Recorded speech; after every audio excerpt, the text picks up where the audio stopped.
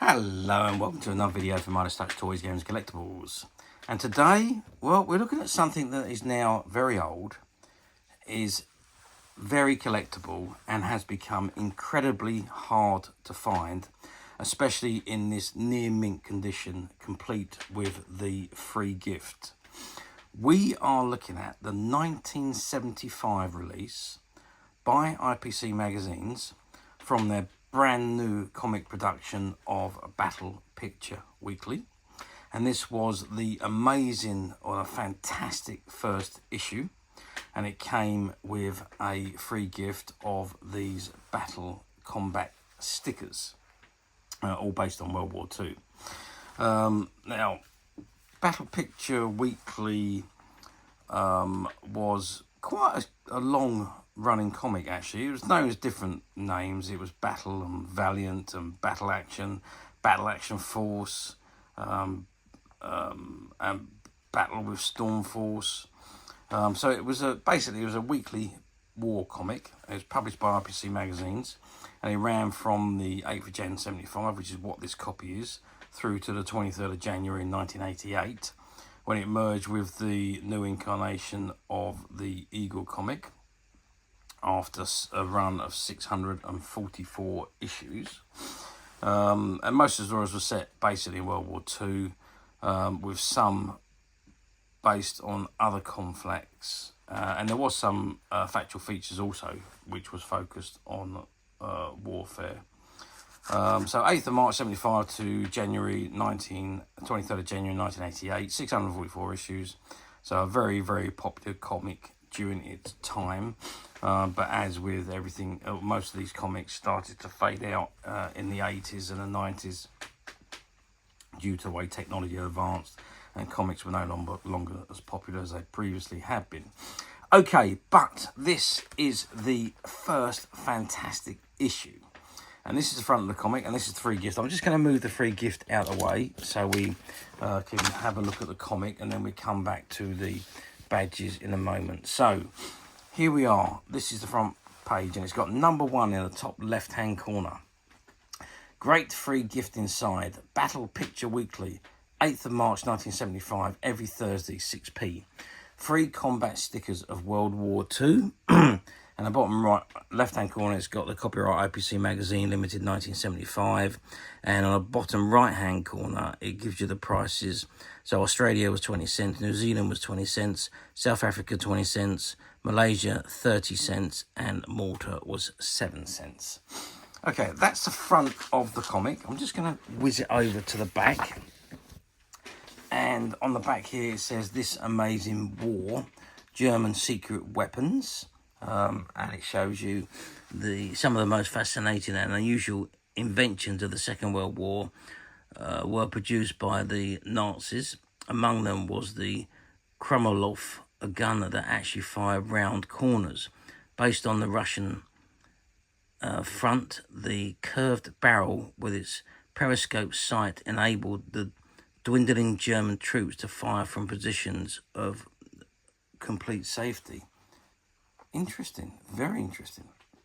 And there's obviously the late in the war, desperate German scientists tried to put the wind up the RAF with the wind cannon.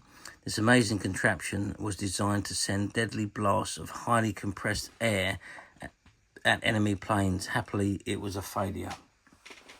And much more effective, however, was a weapon issued to high-ranking Nazis, the belt buckle pistol.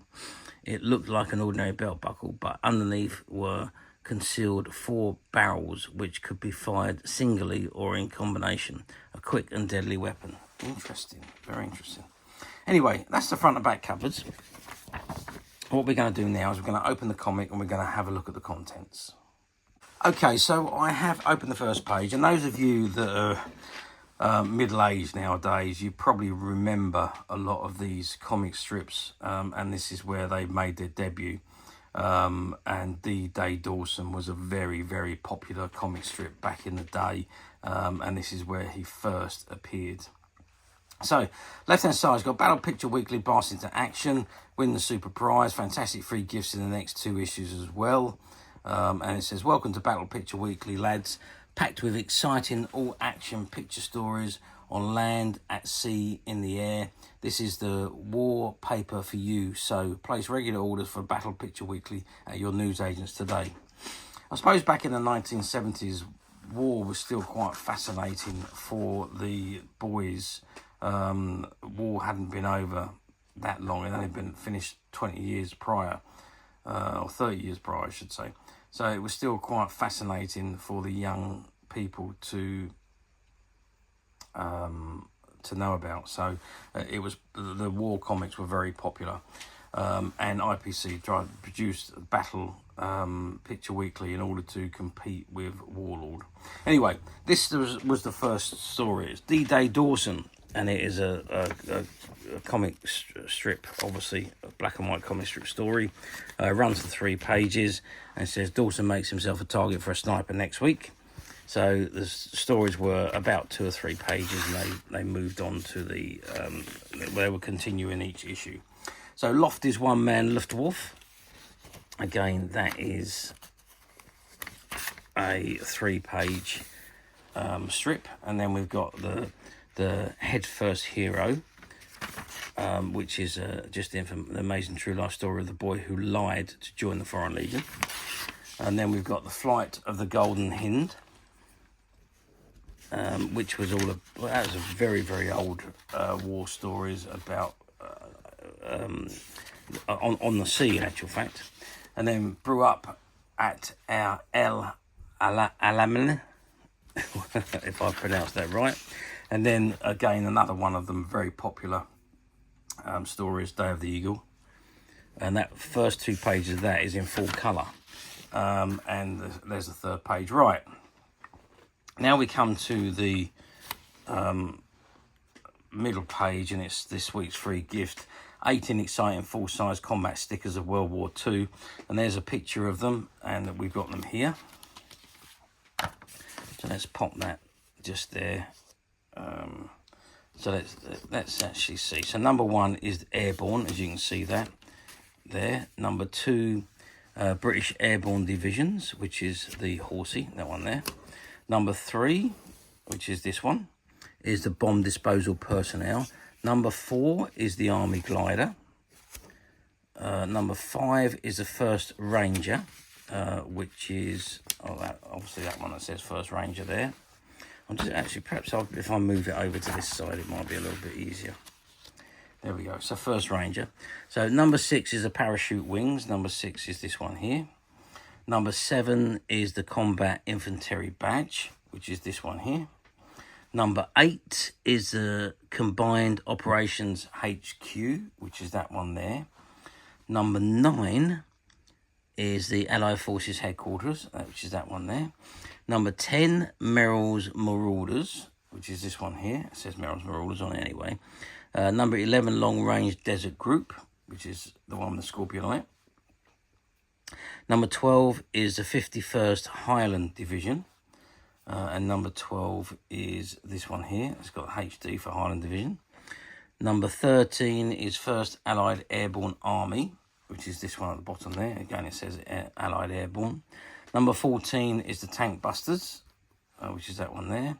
Number 15 is the Commando and Dagger Sign, which is that one there. Again, self-explanatory. Number 16 is the Air Gunner Wings, which is this one here.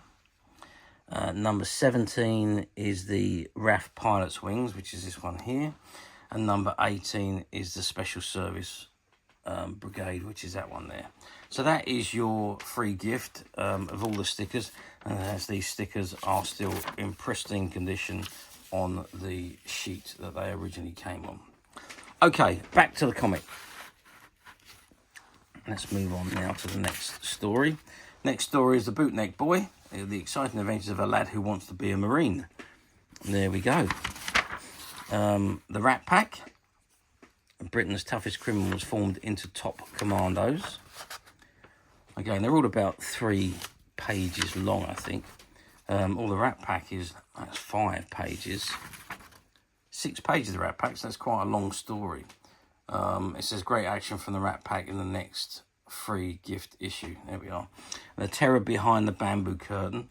and that's all about in Japan. I think the Jap prison camp that holds a terrible secret, and that again is the usual 3-page strip, which brings us to the end of the first issue of Battle Picture Weekly. So, very popular comic. You're going to ask me how well it did. Well, the number of issues produced tells you that. 644 issues produced over a period of 13 years before it finally merged with the revamped or the reissued Eagle comic. Yeah, I said earlier, war was fascinating for young boys of the 70s and the 60s, really. As I say, I suppose the war hadn't been over, World War II hadn't been over that long.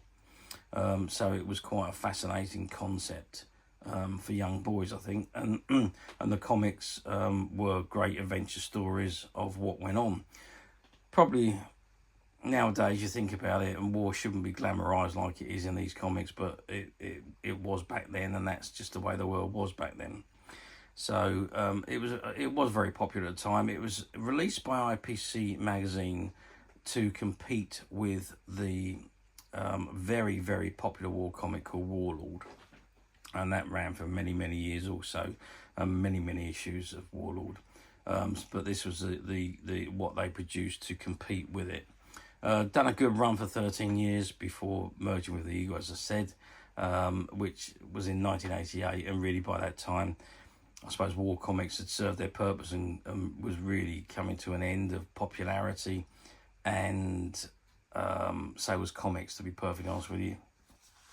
A lot of the comics that continued became very glossy issues, great paper, fantastic artwork in all these new ones, and a lot of them were superhero based, so that's how the comics moved on.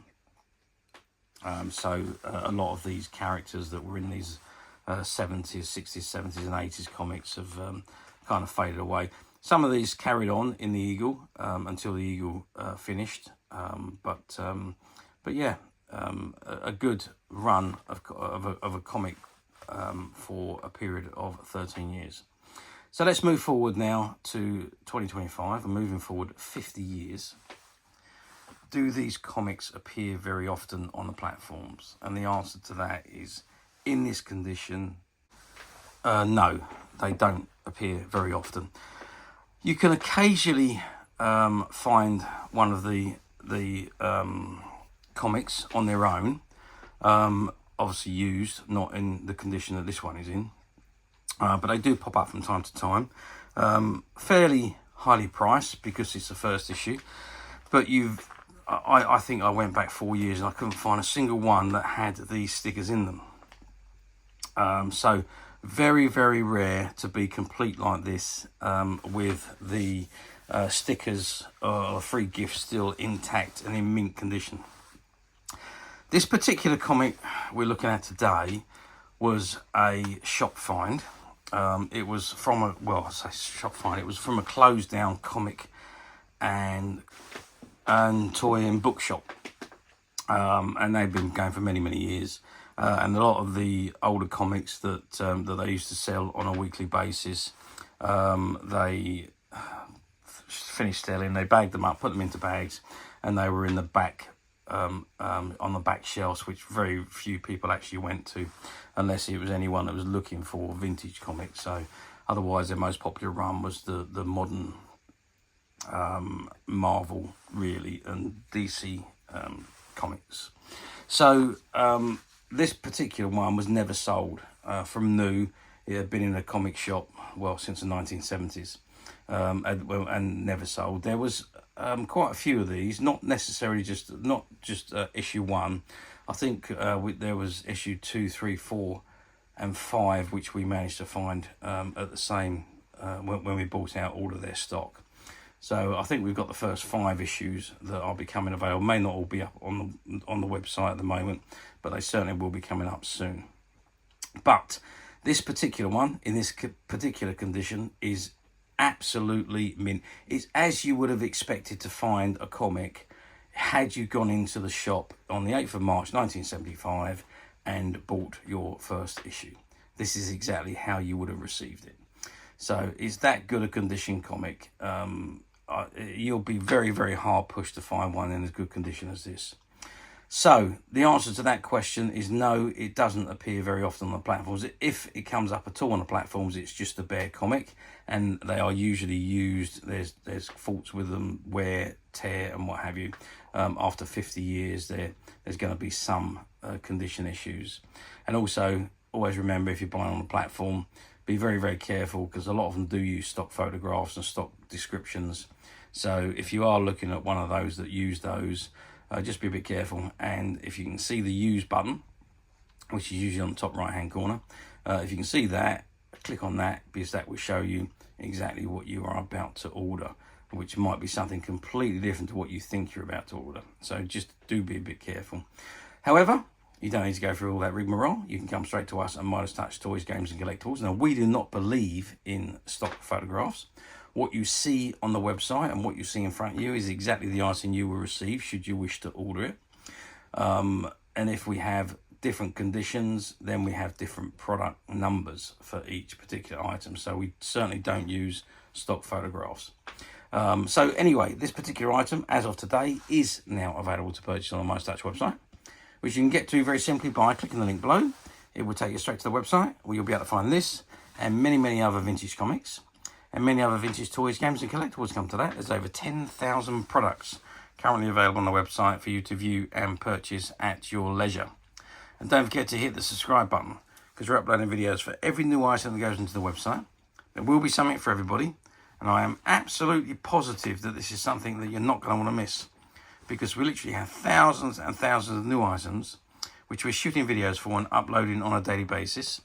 So if there's something in particular you're looking for, something old that you've never been able to find, something quirky you might want to buy for a friend, or perhaps just something from your childhood that you'd like to own again to help you recuperate those long lost childhood memories. Well, stay tuned, keep watching, because you never know the next item we upload could be that item you've been looking for. Okay, that is it for me on this particular item. I do hope you've enjoyed reviewing this wonderful, wonderful Battle Picture Weekly first issue with me. Thank you for watching, and we'll see you again next video. So bye for now.